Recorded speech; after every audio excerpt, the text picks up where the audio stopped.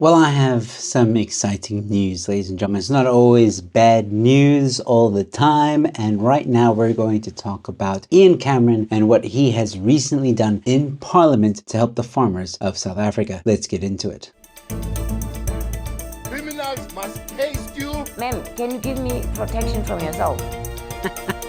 Did I hear that correctly? Hello, ladies and gentlemen. Welcome to Newsflash. I'm your host, Emilio. Thanks for tuning in. And I'm really excited to tell you guys, or at least to share with you guys, what Ian Cameron said during Parliament a few days ago. It seems like farm attacks are finally going to get the attention that they deserve. Let's have a look at what Ian Cameron said. Thank you, Honourable Deputy Speaker. I rise today once again to demand that farm attacks and rural violence on both farmers and farm workers be prioritised as a matter of national urgency in our policing policy and security framework. Just earlier this week, I tabled a motion on behalf of the Democratic Alliance before this very House, not simply as a procedural act, but as a principled stand to call for farm attacks and rural crime to be designated as strategic priorities within the annual crime threat assessments and the operational planning of the South African Police Service. This is not only to protect the food producers of the country, but to defend every South African who labours in our agricultural heartlands under constant threat of violence. The data may show that murder is down overall by 12.4% in the last quarter, and while we welcome that decrease, I just want to interject there for a second. Yes, it is true that farm attacks and farm murders are down over the past few weeks, but isn't that a bit like, I don't know. I'm not wishing for it, obviously. I mean, it is good news, but it's interesting how the decrease happened when the spotlight was on South Africa. It's almost as if someone was out there saying, "Hey guys, calm down for now. Let's not do this thing anymore. You know, we got a lot of eyes on South Africa, so let's try and control it." I don't know. I'm speculating. Maybe the police officers were better at their jobs now. Maybe the police minister said, you know, hey, let's do our jobs properly, and maybe these attackers were just scared to go out. I don't know, but I'm just saying, I smell something fishy. We cannot ignore the unrelenting violence that rural communities continue to face each and every day. These are often not opportunistic crimes. They are calculated, they are brutal, and they often feature torture, rape, and execution-style killings. Many of these attacks are disproportionately violent, leaving their victims mutilated or tortured.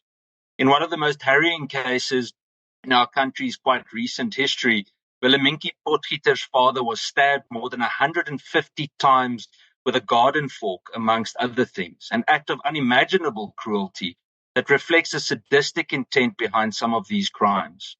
I've personally spent time with survivors who were raped during attacks after being shot, and one elderly woman near Fochville had electric drill holes bored through her feet as a form of torture, and the list goes on.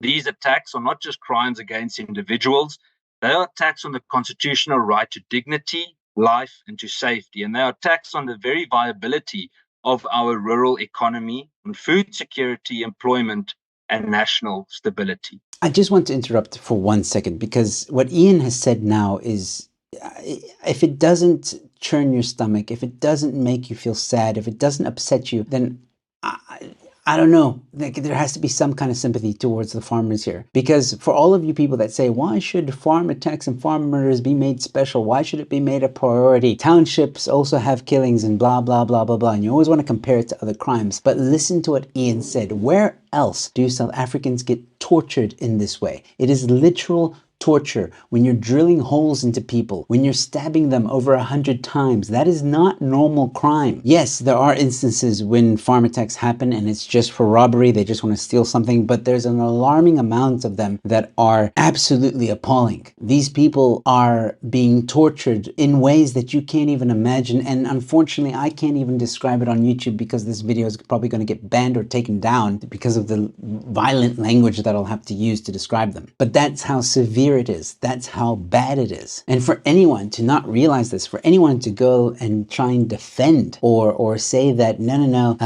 these aren't serious crimes, we need to look at other crimes, what is wrong with you? Now, again, of course, I think every crime is wrong, whether there's a death in the township or a death on a farm dwelling or what have you. Of course, one death is one too many. We have a SAPS problem. We have a policing problem, which needs to be dealt with. And I could go on and on about the different layers that exist in South Africa that make it very difficult to prosecute someone, or all the corruption of the SAPS and all these different layers that just make it near impossible to get someone behind bars. So yes, there are a lot of murders that happen in South Africa and they need to be stopped. And we need to protect our farmers as soon as possible. Honourable members, the criminal justice response to rural crime has for far too long been fragmented and reactive. The rural safety strategy, adopted with much fanfare, remains inconsistently implemented and underfunded and without clear accountability. Crime intelligence in rural areas is scarce to non-existent. Rural police stations remain understaffed, under-resourced and overwhelmed. And a recent SAPS strategic briefing highlighted once again the need for an intelligence-led policing model to guide operations, a move that the DA wholeheartedly supports. But this must not remain in the realm of theory. It must translate into rural deployments backed by crime analysts, actionable intelligence, and swift prosecution-led investigations.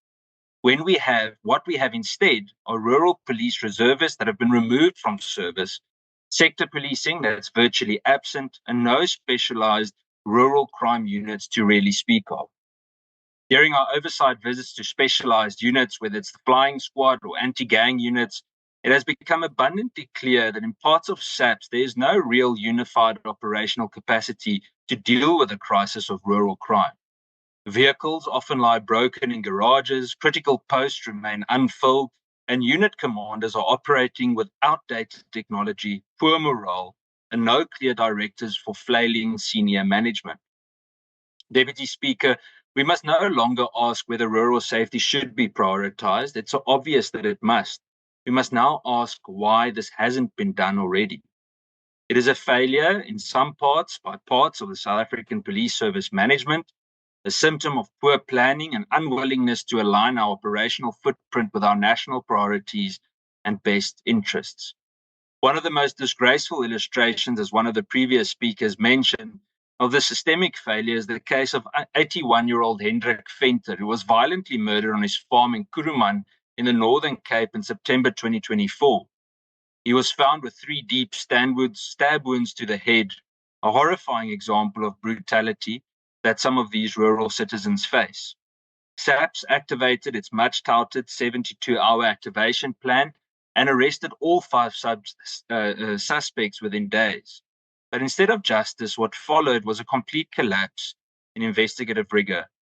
Forensic delays, missing documentation, and prosecutorial failures compounded until, in May 2025, the case has now been struck from the court roll.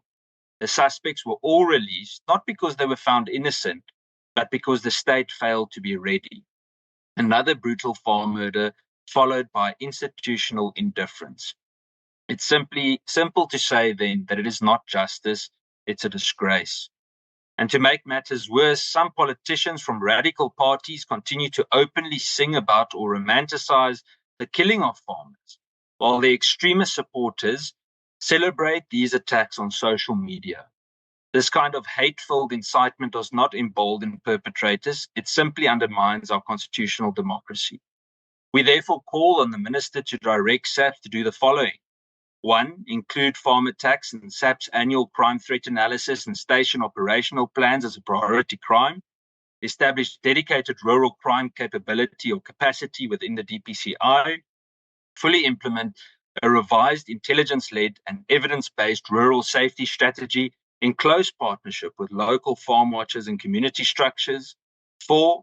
Fully restore the hollowed-out SAPS reservist program in rural areas with a focus on recruitment of firearm-competent, well-vetted members of rural communities. And 5.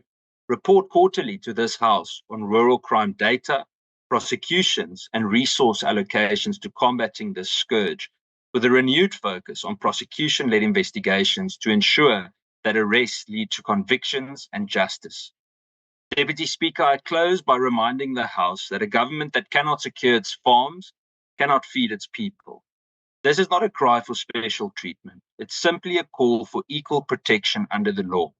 For every farm worker, every farmer, every family, and every dependent. We owe them more than just sympathy. We owe them to keep them safe. And so far, we've been failing.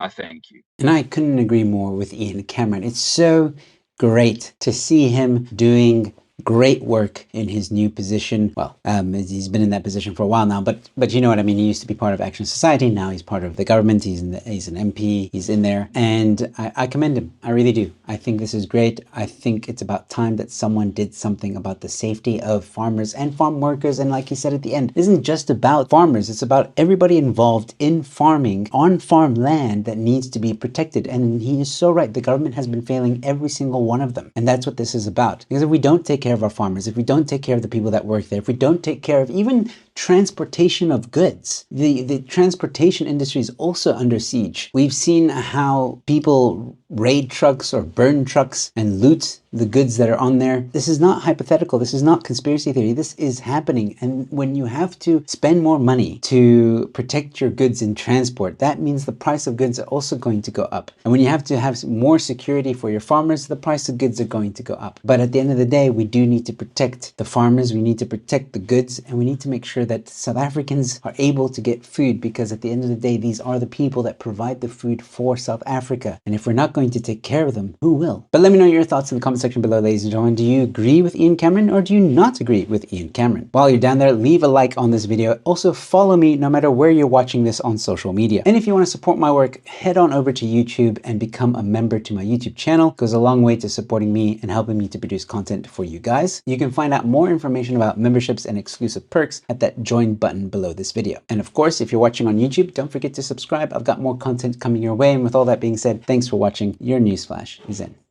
What's going on, guys? G'day. Just gonna have a bit of a sample before I buy. Oh, here we go. Not this You better again. be legit, mate. Yeah, I'm legit. I'm just having a bit of a taste test sort of thing. Well, what do you think? Not for me, sorry. Oh, Security!